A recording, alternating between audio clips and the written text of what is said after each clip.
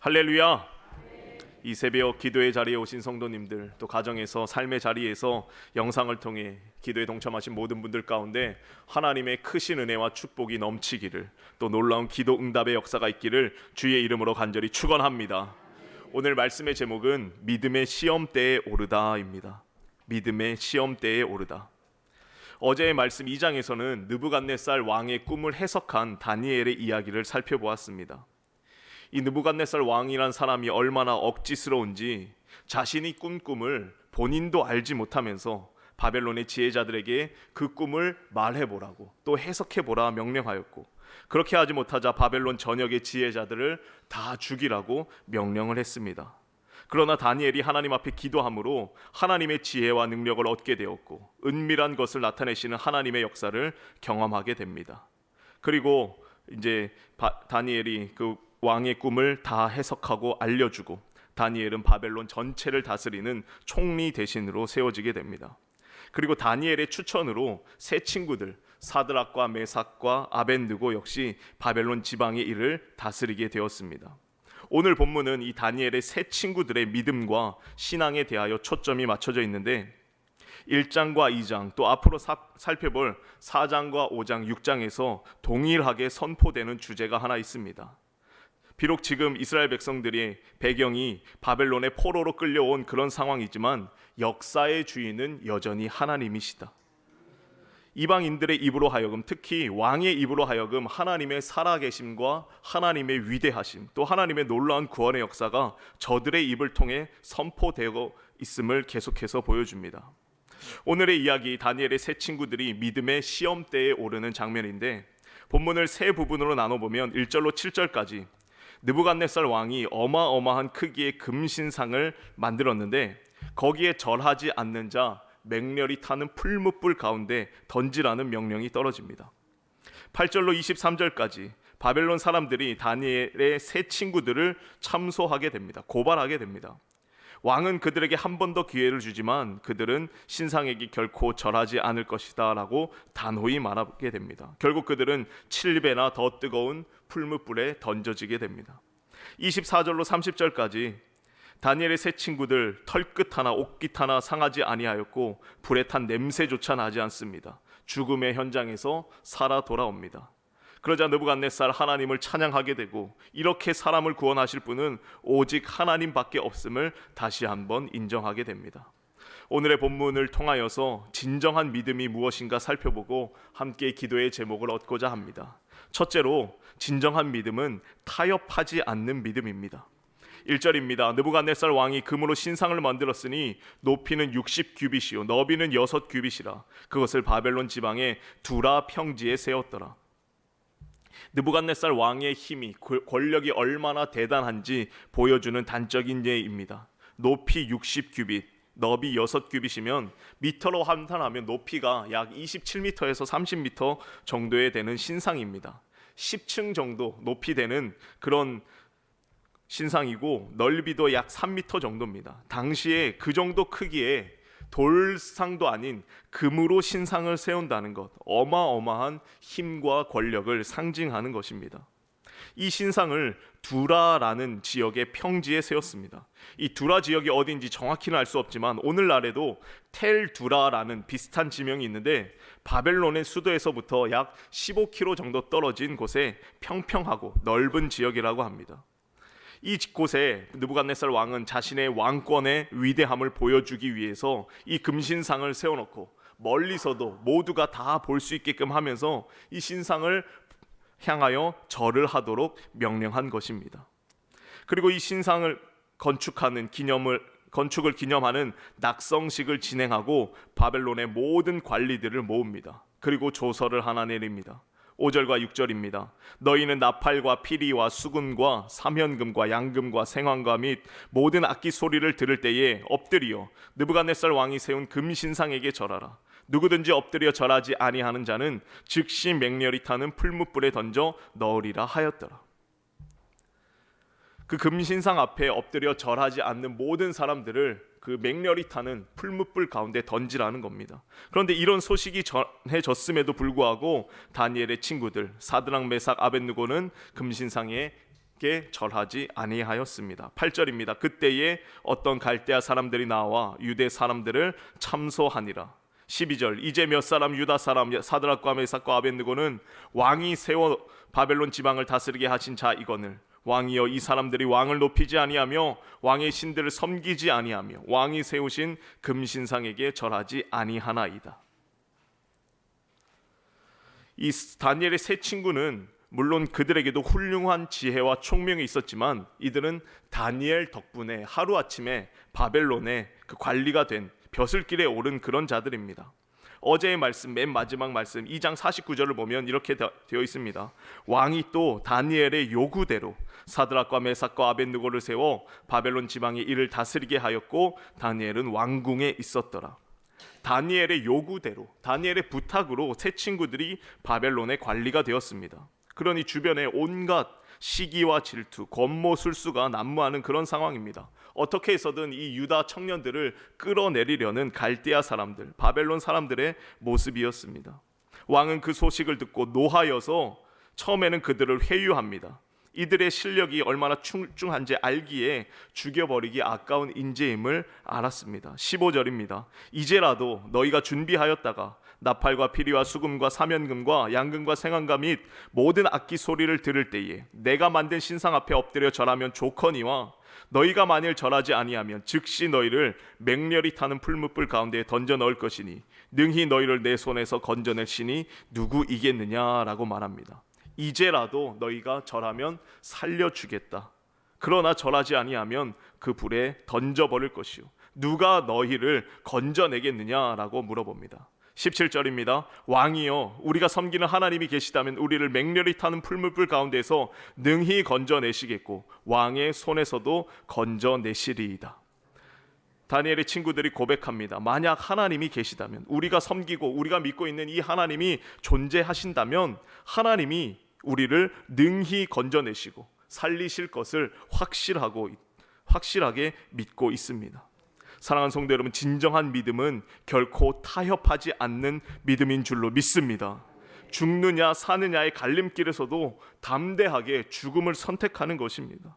죽음의 위기 앞에서도 구차하게 풀려나기를 원치 아니하고 당당하게 생명을 다하여 믿음을 지키겠다는 용기입니다.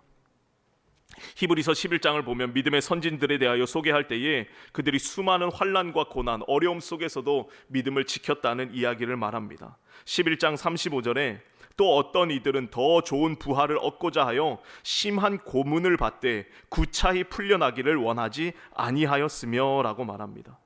그리고 뒤이어서 고백하죠. 이런 사람은 세상이 감당하지 못하느니라. 믿음을 위하여 타협하지 아니하고 구차하게 풀려나려고 애쓰지 아니하고 온전히 고난과 어려움을 견딘 자들, 이런 자들은 세상이 감당하지 못하는 믿음의 사람들이다라는 것입니다. 사랑하는 성도 여러분, 바라기는 저와 여러분의 믿음이 세상이 감당하지 못하는 진정한 믿음이 되기를, 타협하지 않는 그런 믿음의 삶을 살아가게 되기를 주의 이름으로 간절히 축원합니다. 두 번째로, 진정한 믿음은 그리 아니하실지라도의 믿음입니다. 그리 아니하실지라도의 믿음. 18절 말씀 너무나 유명한 말씀이죠. 그렇게 하지 아니하실지라도 왕이여 우리가 왕의 신들을 섬기지도 아니하고 왕이 세우신 금신상에게 절하지도 아니할 줄을 아옵소서. 이들은 하나님께서 분명히 우리를 구원해 주실 것이라는 구원의 확실한 믿음이 있었습니다. 그런데 설사 그렇게 하지 아니하실지라도, 그리 아니하실지라도 하나님이 우리를 죽음 가운데 내버려 둔다 할지라도 왕의 신들을 섬기지도 아니하겠고 그 신상 앞에 절하지도 않을 것이다 라고 담대하게 선포합니다. 얼마나 대단한 믿음입니까? 얼마나 용기 있는 결단입니까? 사랑하는 성도 여러분, 이런 믿음, 그리 아니하실지라도의 믿음이 저와 여러분 가운데 있게 되기를 주의 이름으로 간절히 축원합니다.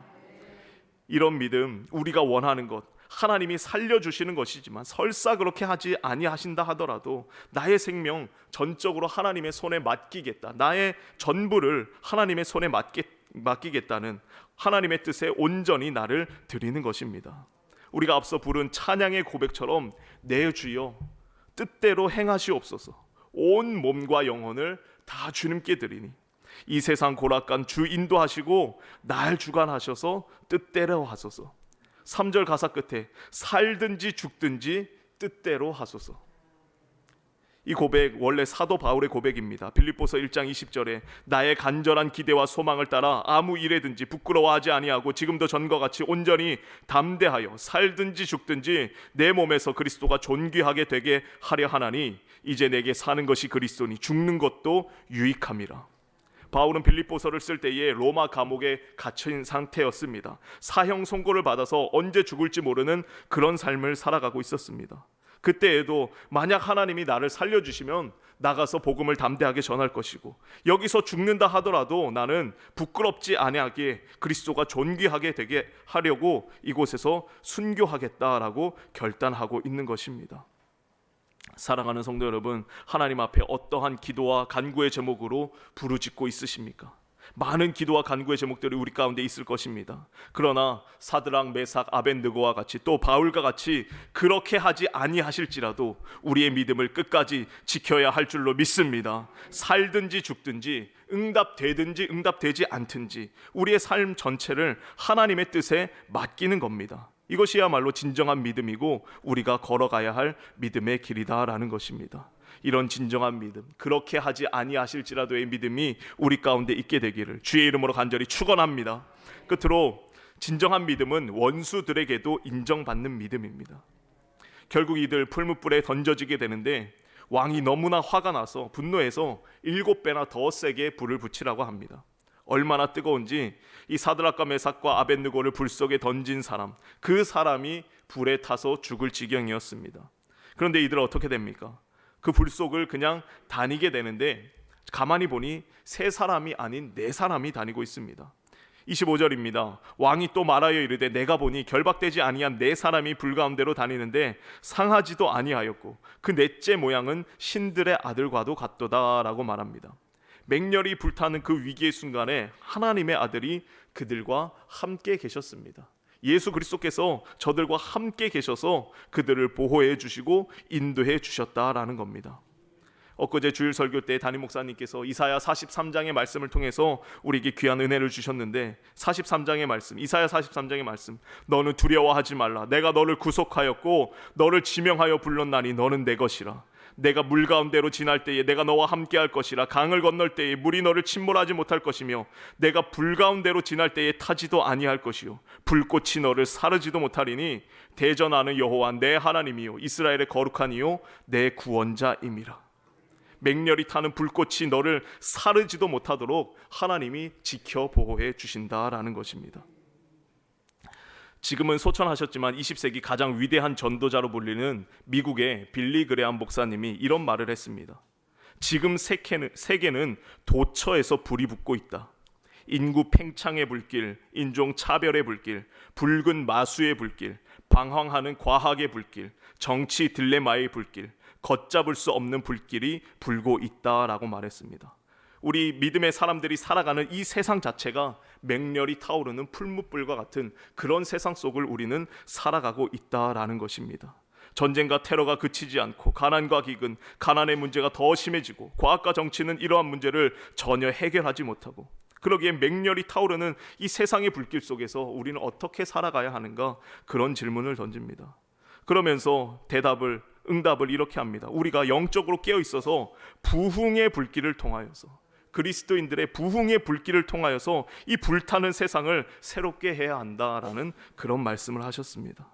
사랑하는 성도 여러분, 우리가 살아가는 이 세상 여전히 맹렬히 타오르는 불길에 휩싸인 채 타들어가고 있는 세상이고 죽음과 멸망을 향하여 치닫고 있는 세상 속을, 그 한복판을 우리가 살아간다는 것을 기억해야 합니다.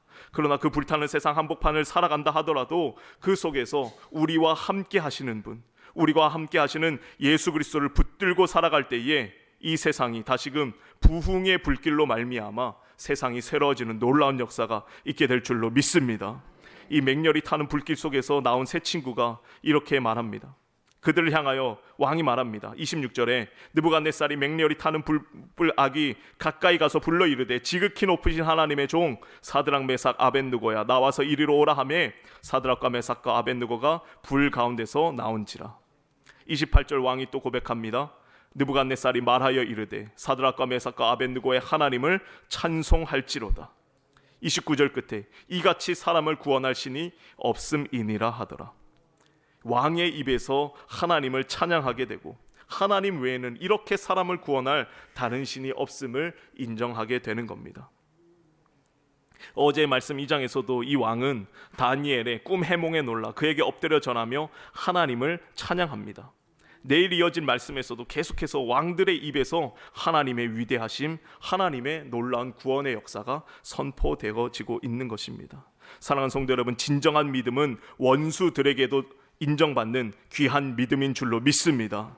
진정한 믿음은 세상 사람들도 인정할 수밖에 없고 그 믿음은 결코 감추어지지 않는다라는 겁니다. 예수님이 마태복음 5장 14절에서 이렇게 말씀하십니다. 너희는 세상의 빛이라 산 위에 있는 동네가 숨겨지지 못할 것이요 사람이 등불을 켜서 말 아래에 두지 아니하고 등경 위에 두나니 이러므로 집안 모든 사람에게 빛이 느니라. 이 새벽 기도하시는 깨어 기도하시는 여러분들의 믿음, 그 빛나는 믿음은 숨겨질 수가 없습니다. 감추려고 해도 감출 수가 없습니다. 세상이 어두우면 어두울수록 더욱 빛나는 것이 진정한 믿음이다라는 것입니다. 진짜 믿음을 가지고 이 세상 가운데 살아갈 때에 세상에서 인정받을 뿐만 아니라 어두운 세상을 환하게 비추며 살아가는 저와 여러분의 믿음이 되기를 주의 이름으로 간절히 축원합니다. 함께 기도하겠습니다. 좋으신 하나님 감사합니다. 오늘도 하루의 첫 시간을 하나님께 드리며 기도와 말씀으로 하루를 열게 하심에 감사를 드립니다. 우리에게 세상과 타협하지 않는, 세상이 감당할 수 없는 진정한 믿음을 허락하여 주시옵소서. 우리가 바라고 구하는 것들이 많이 있으나 하나님 그렇게 하지 아니하실지라도 살든지 죽든지 주님의 뜻대로 걸어가는 우리 모두가 되게 하여 주시옵소서. 이 새벽 깨어 기도하는 당신의 백성들, 저들의 믿음 빛나는 믿음인 줄로 믿습니다. 세상에서 인정받는 믿음, 감출 수 없는 믿음 되어 어두운 세상을 환하게 비추는 빛된 사명 감당할 수 있도록 주님 인도하여 주시옵소서. 이 새벽에도 귀한 예물 구별하여 드린 손길들이 있습니다. 10의 1조와 감사와 서원의 예물 드리오니 기억하여 주시고 넘치는 축복으로 응답하여 주시옵소서. 오늘도 진정한 믿음으로 승리하는 복된 한 날 되게 하실 줄 믿사오며 예수 그리스도의 이름으로 기도하옵나이다. 아멘.